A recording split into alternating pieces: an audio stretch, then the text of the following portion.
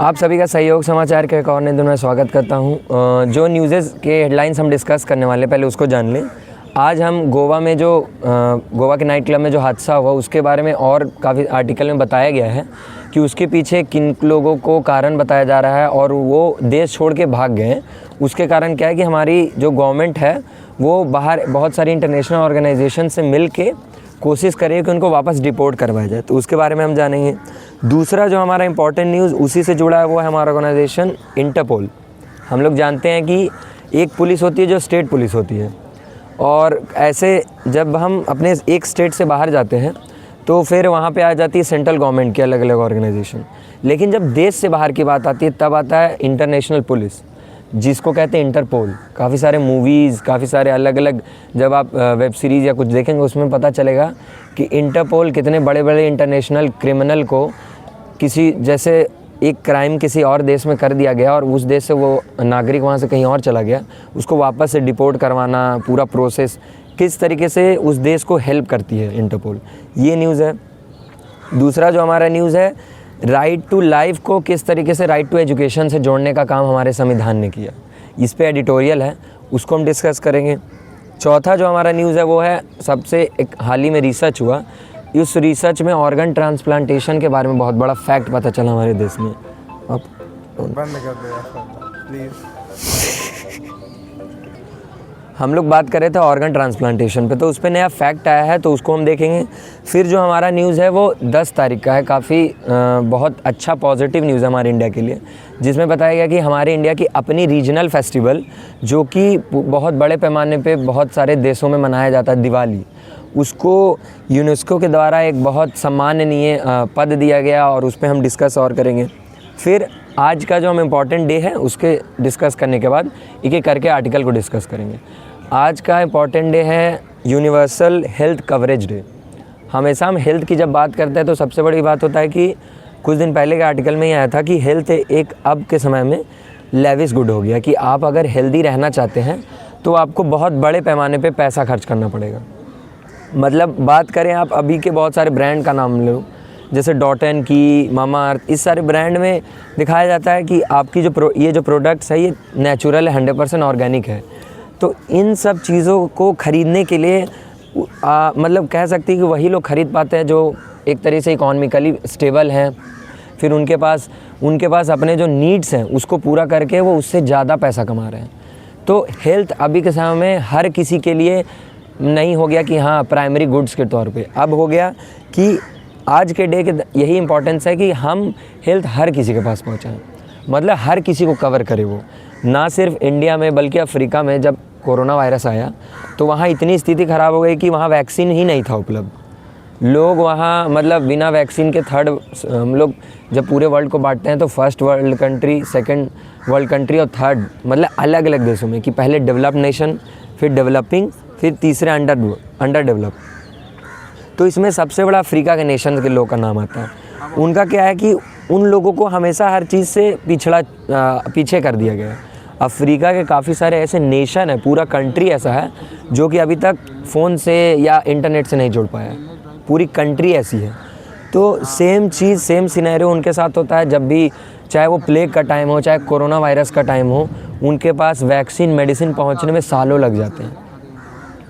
तो WHO के द्वारा यही कोशिश की जा रही है कि, और UNO के द्वारा मिलके, कि यूनिवर्सल हेल्थ कवरेज डे के तौर पे हम लोगों को पता चले कि किस तरीके से हर किसी को हेल्थ मिलना चाहिए, ना कि जो लोग उसके मतलब जैसे कहा जाए कि आपके पास पैसा है तभी आपको वो चीज़ मिल पाएगी जो आप चाहें, लेकिन हेल्थ एक नेसेसरी गुड्स है, एक नेसेसरी चीज़ है हर किसी के लिए, तो वो उन तक पहुँचे, यही इस डे के तौर पे UNO हमसे चाहता है कहना, और हर एक कंट्री से। गवर्नमेंट भी लेके चल रही है स्वस्थ भारत से बनेगा श्रेष्ठ भारत, जैसे मतलब कोई बात नहीं, जैसे हमारे आयुष्मान भारत कार्ड बन रहा है तो उसमें सबसे बड़ा ये इम्पोर्टेंट पार्ट जोड़ता है कि किस तरीके से हम एक इंश्योरेंस प्रोवाइड करें हमारे कंट्री के अलग अलग जो सीनियर सिटीजन्स हैं या फैमिलीज़ हैं जो नीडी पीपल हैं, कि उनको 10 लाख तक जो उनकी एक्सपेंसेस होगी हेल्थ में वो गवर्नमेंट देखेगी। गवर्नमेंट के आप हॉस्पिटल में जाएँ, यहाँ तक कि प्राइवेट के भी कोई एक्सपेंसेस आपको हो रही है, अचानक से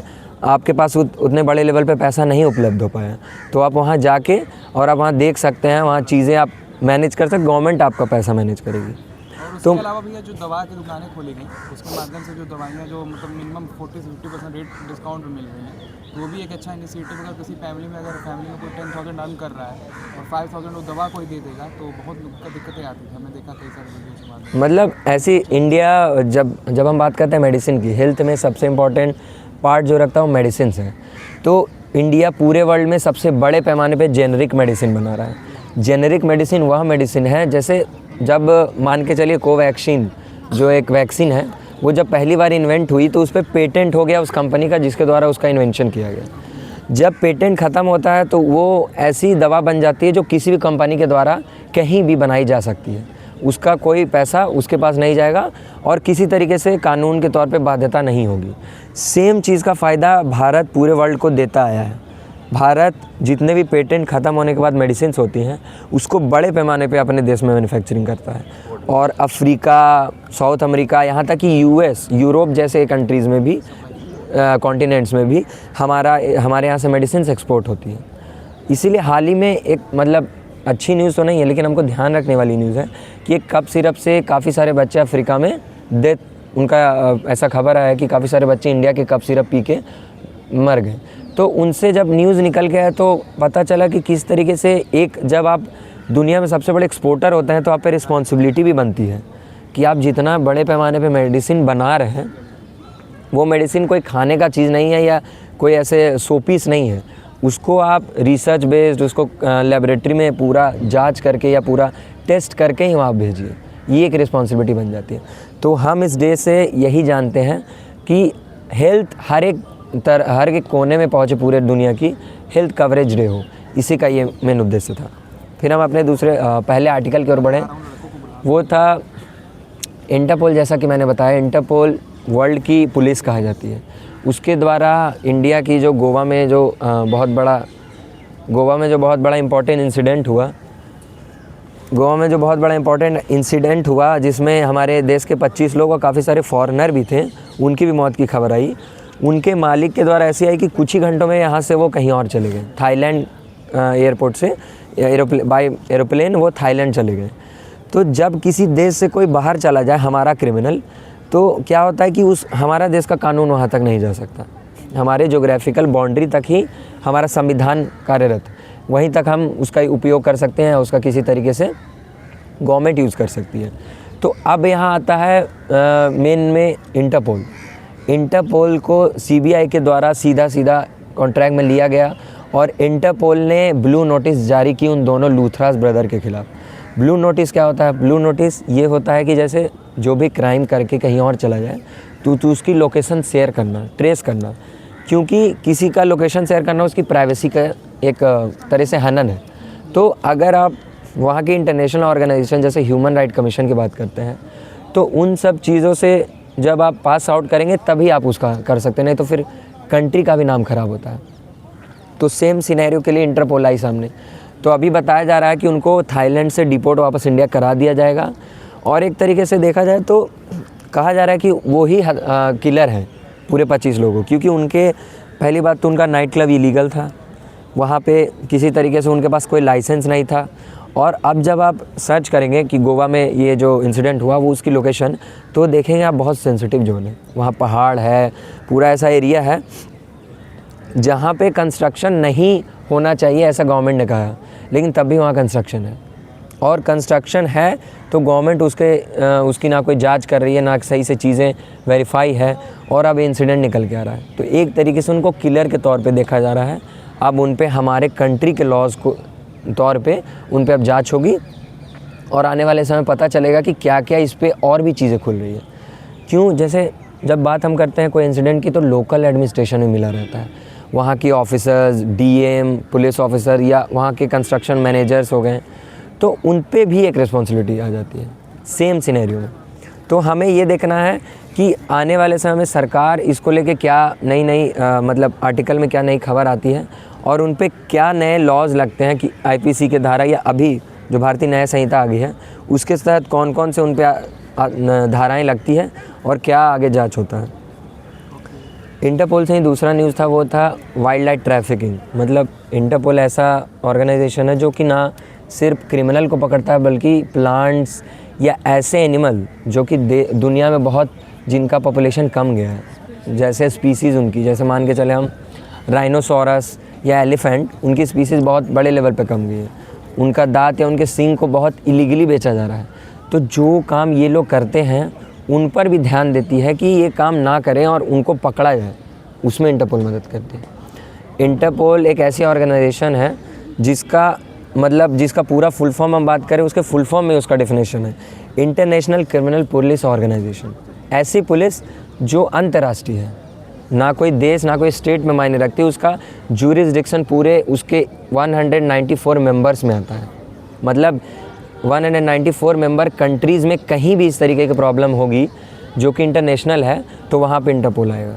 तो आपके लिए एक बहुत इंपॉर्टेंट चीज़ है, और हमारे लिए भी, कि कोई हमारे देश से किस तरीके से पैसे चोरी करके या कोई क्राइम करके एकदम ईजिली कैसे भाग जा सकता है या भाग जाता है, ये एक हमारे देश में सवाल उठता है सरकार के प्रति। तो हमें ध्यान देने वाली बात यह है कि सरकार इसमें क्या ऐसा इम्पॉर्टेंट मजबूत कदम उठा रही है कि इसको रोका जाए। आने वाले समय में और भी नई केसेस सुनने को मिल रही हैं। मान लिया पैसे, कोई सुनने में आ रहा है कि बैंक से लोन लेके भाग रहा है, कोई क्राइम करके भाग रहा है, चीज़ें रिपीट हो रही है, इसमें रुक नहीं रही है। तो किन्हीं का कोई क्वेश्चन हो फिर हम दूसरा आर्टिकल को बढ़े। नहीं तो दूसरा आर्टिकल हमारा है, आप लोग जानते होंगे थाईलैंड। थाईलैंड कंट्री का नाम आपने सुना होगा, जिसे कहा जाता है लैंड ऑफ वाइट एलिफेंट्स। वही एक दुनिया में इकलौती ऐसी देश है जहाँ सफ़ेद हाथी पाया जाता है, और उसे एक और नाम से बात किया जाता है, वो है ऐसी कंट्री जिसे किसी भी देश के द्वारा कभी कब्जा नहीं किया जाए। ब्रिटिश लगभग पूरे कहा जाता है कि एक समय था जब ब्रिटिश के ही कॉलोनीज़ से सूर्य उगता था और ब्रिटिश के कॉलोनी में ही सूर्य डूबता था। लेकिन ये चीज़ से एक्सेप्शन थी थाईलैंड कंट्री।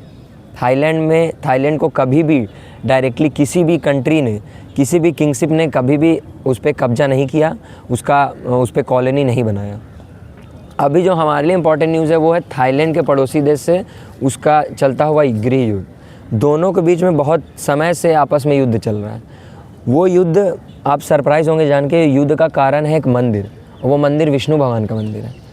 जब हम बात करते हैं हिंदू रिलीजन की, तो हिंदू रिलीजन ऐसा रिलीजन है जो कि ना सिर्फ भारत में फूला फला बल्कि पूरे वर्ल्ड में बहुत आगे बढ़ा। और हम लोग समझते हैं कि थाईलैंड में बुद्धिज़्म ही गया है भारत से, हिंदुइज़्म भी गया है। कंबोडिया में विश्व का सबसे बड़ा मंदिर, जिसको अंकुर वाट मंदिर कहते हैं, जो कि विष्णु भगवान का मंदिर है, वो भी एक बहुत बड़ा प्रेजेंस करता है कि किस तरीके से वहाँ तक भी हिंदुइज़्म पहुँचा। तो यहाँ क्या हो रहा है कि दोनों को टेरिटरी के लिए, जैसे इंडिया पाकिस्तान लड़ रही है काफ़ी समय से, इंडिया पाकिस्तान में यहाँ की कह रहा हूँ क्योंकि सेम सिनेरियो है उन लोग का। जब यूके ने कंबोडिया पे कब्जा किया था और थाईलैंड पे इनडायरेक्टली उनका कब्जा था, तो उस समय जब वो फ्री करके उन दोनों कंट्री को वापस जा रहे थे अपने देश, तो उन्होंने मैप में उन लोग का बाउंड्री लाइन अप कर दिया। मतलब वहाँ प्रैक्टिकली जाके देखने का भी उन्होंने मतलब ये नहीं उठाया कि भाई हम चल के जाके देख लें कि किस तरीके से हम अपनी उनकी टेरिटरी बांट रहे हैं। उन्होंने क्या किया कि मैप खोला और सीधा ऐसे लाइन खींच दिया कि ये रही कंबोडिया की बॉर्डर और ये रहा थाईलैंड का बॉर्डर। और उसके कारण क्या हो रहा है कि एक मंदिर के पीछे उन लोग दोनों के बीच बहुत भयंकर रूप से लड़ाई हो रहा है। उस लड़ाई में करीब 3 लाख वहाँ की जनता इधर से उधर डिस्प्लेस हो गई, अपने घरों को छोड़ के उनको भागना पड़ा है। वहाँ की काफ़ी सारी गवर्नमेंट उनको झोपड़ियों में रख रही है, अपने ही देश में इमिग्रेंट बन के रह रहे हैं वो। तो यूके के एक छोटे से इतने बड़े, मतलब छोटा एक इतना बड़ा काम करके वो गए, आज भी वो भुगत रहे हैं इसकी इम्पोर्टेंस। अभी क्या है, अभी हाल ही में 2 महीने पहले ट्रम्प जी के द्वारा, हमारे जो कि यूएस के राष्ट्रपति हैं, उनके द्वारा इस वॉर को रुकवा दिया गया। लेकिन ट्रम्प ने जैसे ही वॉर, उनको पीस प्राइज़ तो मिल गया है, फीफा वर्ल्ड पीस प्राइज़ उनके हाथ में आ गया है। तो अब उनको पीस प्राइज़ मिलने के बाद पीस से कोई खासा ऐसा मतलब नहीं है, तो अब वो इस पे ध्यान नहीं दे रहे। जब उन्होंने ये काम किया तो उनका सीधा मतलब था कि नोबेल पीस प्राइज़ मिल जाए, लेकिन उन्हें मिला नहीं। उन्होंने जो भी काम अब तक किया, जितने भी वॉर रुकवाए, उनका सीधा मकसद था पीस प्राइज़, तो मिला नहीं। और 2 महीने बाद उनके पीस प्राइज़ एकदम, जो उन्होंने मध्यस्थता कराई थी, वो टूट गया। मलेशिया के मदद से उन्होंने मध्यस्थता कराई और कहा कि अगर आप वॉर को रोकते हैं तो वहाँ आपके देश में हम इन्वेस्टमेंट करेंगे। उस इन्वेस्टमेंट का लालच उन्होंने दिया, लेकिन फिर से दोनों लड़ पड़े। जैसे same India Pakistan India Pakistan में बात तो हुआ हमारे बीच, लेकिन वहाँ यूएस ने ट्वीट करके बोला कि इसमें मतलब इसमें जो हमने बहुत काफ़ी समय तक बात करके और पाकिस्तान के जो प्रधानमंत्री और इंडिया के प्रधानमंत्री हैं दोनों को एक जगह बिठा बात करके, हाँ, ट्रेड का लालच देके काफ़ी मेहनत से हमने इस वॉर को रुकवाया है। मतलब डायरेक्टली उन्होंने अपने पे ले लिया इसका क्रेडिट। और हमारे संसद में हमारे जो ऑन पार्टी गवर्नमेंट अभी जो पार्टी पावर में है उनके द्वारा सीधा सीधा कहा गया कि कहीं से भी ट्रंप जी का कहीं हाथ नहीं है। कॉल आया था उनका, लेकिन हमारे द्वारा उनका कॉल उठाया ही नहीं गया, और जब कॉल ही नहीं उठाया गया तो कब से वो मध्यस्थता की। तो सेम सिनेरियो यहाँ पे उनका हो रहा है कि जब बात आई पीस अवार्ड की तो उन्होंने जाके कंबोडिया और थाईलैंड का चिंता करके कि हाँ भाई वहाँ ह्यूमैनिटी के खिलाफ बहुत बड़ा क्राइम हो रहा है, लोग मर रहे हैं, लड़के रुकवा दे। लेकिन अब फिर से लड़ाई हो गई तो उनकी कहीं पता नहीं, उनका पता ही नहीं कि वो कहाँ है अभी। तो अभी पता है वही सेम एक और क्वेश्चन उठाया जा रहा है कि किस तरीके से डोनाल्ड ट्रंप का मतलब मुद्दा ये नहीं था कि वो उनको ह्यूमैनिटी के लिए काम करना था, बल्कि उनका मुद्दा ये था कि उनके नाम पे एक और अवार्ड जुड़ जाए। मतलब जैसे कहा जाता है कि एक समय था जब बराक ओबामा राष्ट्रपति के पावर में थे, डोनाल्ड ट्रंप को चैलेंज दिया गया कि तुम कभी राष्ट्रपति बन पाओगे, मुझे तो नोबेल पीस प्राइज़ मिला है, तुम्हें मिल पाएगा। तो उन्होंने कहा कि नहीं, एक दिन ऐसा आएगा कि मेरे पास दोनों रहेगा। राष्ट्रपति तो वो बन गए, लेकिन नोबेल पीस प्राइज़ उनको नहीं मिल पाया।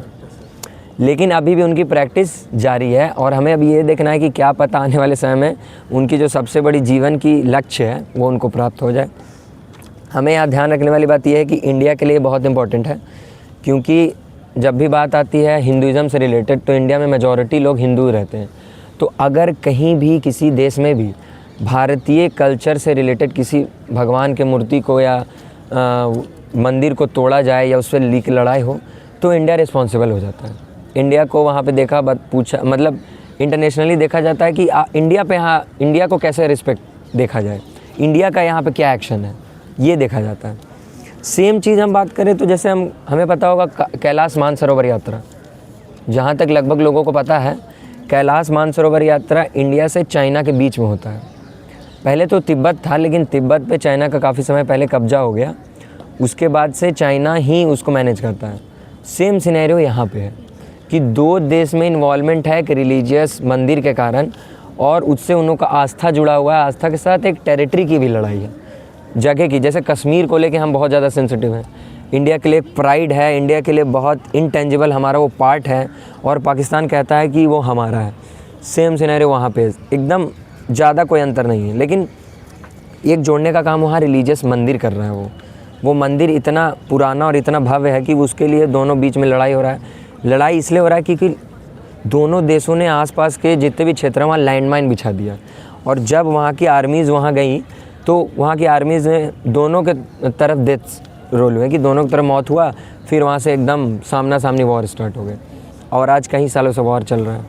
तो हमें यहाँ इसमें ये देखना है कि आने वाले समय में जिस तरीके से ट्रंप के द्वारा पिछले बार रुकवाया गया, क्या पता कोई इंटरनेशनल ऑर्गेनाइजेशन आगे बढ़ के आके और इस बार भी रुकवा दे, और रुकवाए ऐसा नहीं कि सीज़ फायर हो, वॉर ही ख़त्म हो। क्योंकि हमेशा सुनते कि सीज़ फायर हो गया, फिर से सीज़ फायर टूटा, सीज़ फायर हो गया, सीज़ फायर टूट गया। तो वॉर रुकना अच्छा रहेगा सीज़ फायर से ज़्यादा। बोलना कोई क्वेश्चन हो किसी का? नहीं, फिर हम आगे बढ़े। दूसरा हमारा क्वेश्चन था वही ऑर्गन ट्रांसप्लांटेशन को लेके। ऑर्गन ट्रांसप्लांटेशन पूरे वर्ल्ड में बहुत इम्पॉर्टेंट मतलब सोसाइटल इम्पॉर्टेंट पार्ट है। जब भी हम बात करते हैं एक टैबू बन जाता है हमारे कल्चर में। हिंदुज़म में क्या है कि हिंदुज़म में क्या है कि हमारे यहाँ कहा जाता है कि कोई भी आदमी मृत है तो उसके शरीर से किसी प्रकार का कोई छेड़छाड़ ना किया जाए, उसको उसी सबको उसी स्टेट में जला दिया जाए, और जिस 5 तत्वों से आए हैं उसमें विलीन हो जाए। तो ऑर्गन ट्रांसप्लांटेशन या ऑर्गन डोनेशन हमारे दिमाग में, हमारे कल्चर में एक टैबू बन के उभरा है। लेकिन अगर हम बात करें रियलिटी में हिंदू कल्चर का, तो अंगदान हमारे लिए आज का नहीं, बहुत समय से चलता आ रहा है। एक ऋषि है, उनका कहावत है कि एक कौवा उनसे कोई उनका ऐसे बॉडी पार्ट उनका पूरा मांगता है, तो वो पूरा कौवा को बॉडी पार्ट अपना दे देते हैं। तो वो ऋषि उस समय से एंशिएंट टाइम से ऐसा चला आ रहा है कि जब कोई जानवर मांग रहा है, ये एक स्टोरी टेलिंग है, माइथोलॉजी कहा जाता है। ये माइथोलॉजी हमें ये बताती है कि किस तरीके से जब भी कोई ऐसा मतलब कोई ऐसा हो जो आदमी मरने वाला हो, कैंसर हो गया उसको या किसी प्रकार की और भी चीज़ें हों, तो उसमें क्या होता है जब आदमी मरने वाला हो पता चल जाता है तो उसी आदमी का ऑर्गन हम किसी ऐसे आदमी को दे सकते हैं जिसके पास वो उपलब्ध नहीं है या उसका ऑर्गन सही से काम नहीं कर रहा। लेकिन इंडिया में ये नहीं चीज़ें हो रही। इंडिया में चीज़ें बहुत बहुत निचले स्तर पे। मैं आपको डाटा का मदद लेके मैं बता दूं तो करीब 2020 से 3000 लोगों के से ऊपर का मौत हो गया है। क्यों? क्योंकि उनमें ऑर्गन ट्रांसप्लांटेशन नहीं हो पाया सही से। क्यों? सबसे बड़ा इसमें निकल के आ रहा है कि हर स्टेट का अलग अलग क्राइटेरिया है ऑर्गन ट्रांसप्लांटेशन का। कोई स्टेट किसी वे में चाहती है, बहुत पेपर साइन करवाना, ये वो, इसी करते करते भाई किसी ऑर्गन का भी क्या होता है, जब हम बात करते हैं हार्ट की, तो हार्ट मरने के बाद आधे घंटे तक ही सही से रहता है। तो पेपर वर्क करते करते आधा घंटा क्या पूरा दिन चला जाता है आदमी का, 2 घंटे। तो ब्रेन, अलग अलग बॉडी पार्ट्स का जो हमारा, ये सोसाइटी को लेकर बहुत इंपॉर्टेंट पार्ट रखता है। सेम चीज़ सिनेरियो किडनी ट्रांसप्लांटेशन में बता दूं कि भारत देश में करीब 60,000 लोगों में किडनी ट्रांसप्लांटेशन की ज़रूरत है, लेकिन करने वाले इसके आधे भी नहीं हैं। तो ये सिनेरियो हमें ये बताता है कि जब भी हम बात करते हैं कि हमारा देश डेवलप हो रहा है सोच में और अलग अलग क्राइटेरिया में। आगे बोलो, कोई क्वेश्चन हो तो हम बोले फिर। जैसा कि सर ने कहा किडनी ट्रांसप्लांटेशन के रिगार्डिंग, तो हमारे यहाँ तो बहुत सारा ऐसा डिफिसिट है कि हमारे यहाँ वो डायलिसिस की मशीनों का ही डिफिसिट है। और ट्रांसप्लांटेशन जैसे किडनी का हो गया तो उसमें भी समस्याएं ये आती हैं कि जो हमारे यहाँ के जो इंडियन कल्चर है उसके तहत चलते हुए, जैसे कोई अगर अपनी किडनी को दान भी देना चाहता है तो जो हमारी माइथोलॉजी है, हमारा जो कल्चर है, वो उसमें एक अड़चन बन के आगे आता है कि जो ऐसा लगता है कि हमारे बॉडी के साथ कोई छेड़छाड़ न की जाए, जिसके कारण हमारा जो कल्चर है इतना रिच है वो ही हमारे कहीं ना कहीं उन्नति में बाधा बन जाता है। हम सोसाइटी टैबूज़ की बात करें तो मतलब हमेशा हमें दिमाग आता है कि काफ़ी सारे ऐसे प्रॉब्लम्स हैं, जैसे हमें आता है चाइल्ड लेबर, ये भी प्रॉब्लम है। लेकिन ऑर्गन ट्रांसप्लांटेशन, सोचिए कि कोई ऐसा व्यक्ति जो हमारे देश में बहुत बड़ा साइंटिस्ट है, वो कैंसर के दवा के लिए रिसर्च कर रहा है, लेकिन उसकी मौत इसलिए हो गई क्योंकि उसके पास उसका हार्ट सही नहीं था। लेकिन उसी एक प्रति जो एक गरीब आदमी मजदूर था, उसका हार्ट सही था लेकिन उसको ही कैंसर हो गया, वो मरने वाला है, पता चल गया डॉक्टरों को। लेकिन सेम हार्ट हम उसको दे सकते थे लेकिन नहीं दे पाए और हमारे देश से वो साइंटिस्ट हम खो दिए। तो ये सिनेरियो पूरे देश में ऐसे बड़े पैमाने पे चल रहा है। और अगर हम बात करें अमिताभ बच्चन के द्वारा एक बहुत अच्छा कदम उठाते हुए अपने पूरे ऑर्गन को दान कर दिया गया है कि जब भी उनकी मृत्यु होगी तो वो एक हॉस्पिटल में उनका बॉडी के द्वारा जितने भी लोग को आवश्यकता होगी अलग अलग ऑर्गन्स की, उनको दिया जाएगा। अभी एक अपोजिशन के लीडर भी थे जिन्होंने अपनी पूरी बॉडी मरने के बाद दान कर दी थी, कहा था कि इससे जो मेडिकल स्टूडेंट्स हैं वो इस पर रिसर्च कर सकें। हाँ, तो ऑर्गन ट्रांसप्लांटेशन से एक और चीज़ जुड़ता है, जैसे बॉडी को लेकर रिसर्च, एनाटॉमी।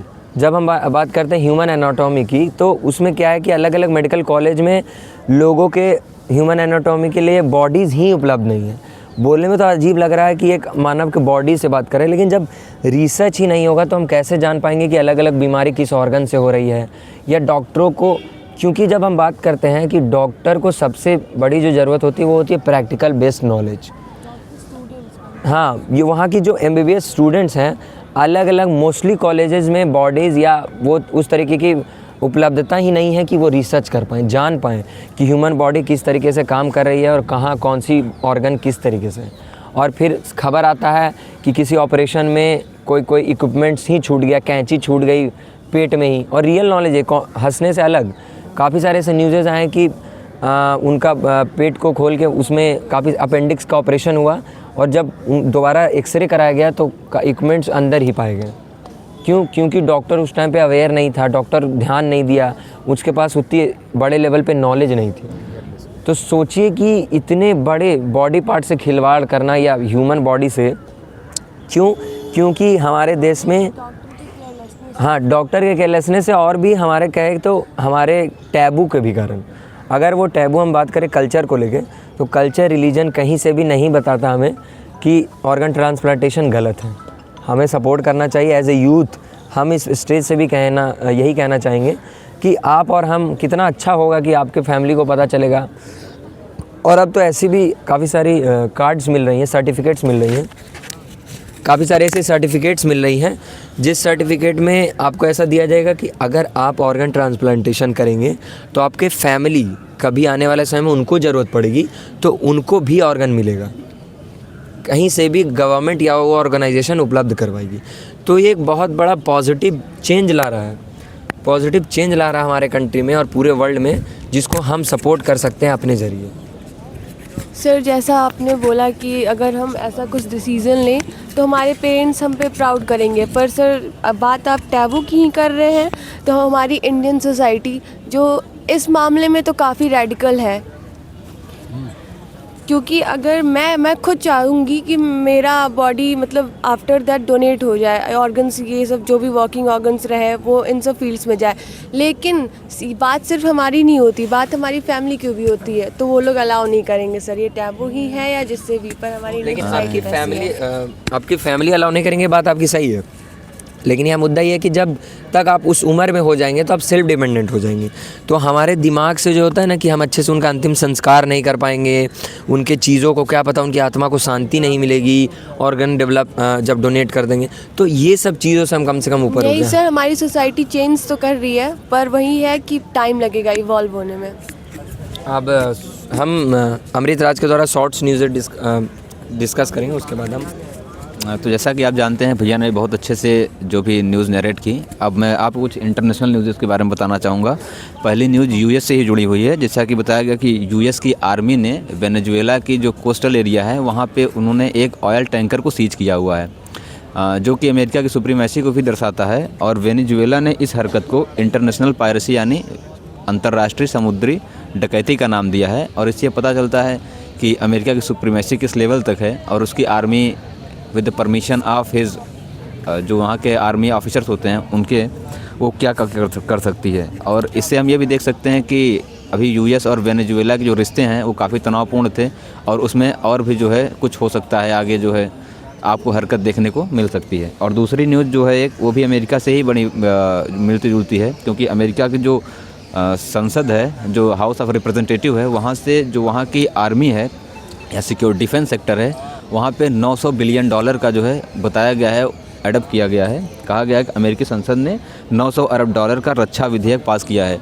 तो इससे हम ये देख सकते हैं, क्योंकि ये हमें ये बताता है बेसिकली कि जैसे कि अभी देखें तो चाइना और जापान के बीच में कुछ टसल चल रहा है और इस तरीके से अमेरिका ने बहुत सारी कंट्रीज़ के साथ ये पैचअप कर रखा है कि अगर वहाँ पे कोई भी दिक्कत आती है तो अमेरिका उन्हें बाय फोर्स या फिर किसी भी तरीके की जो आर्मी या सिक्योरिटी है उससे मदद देगा।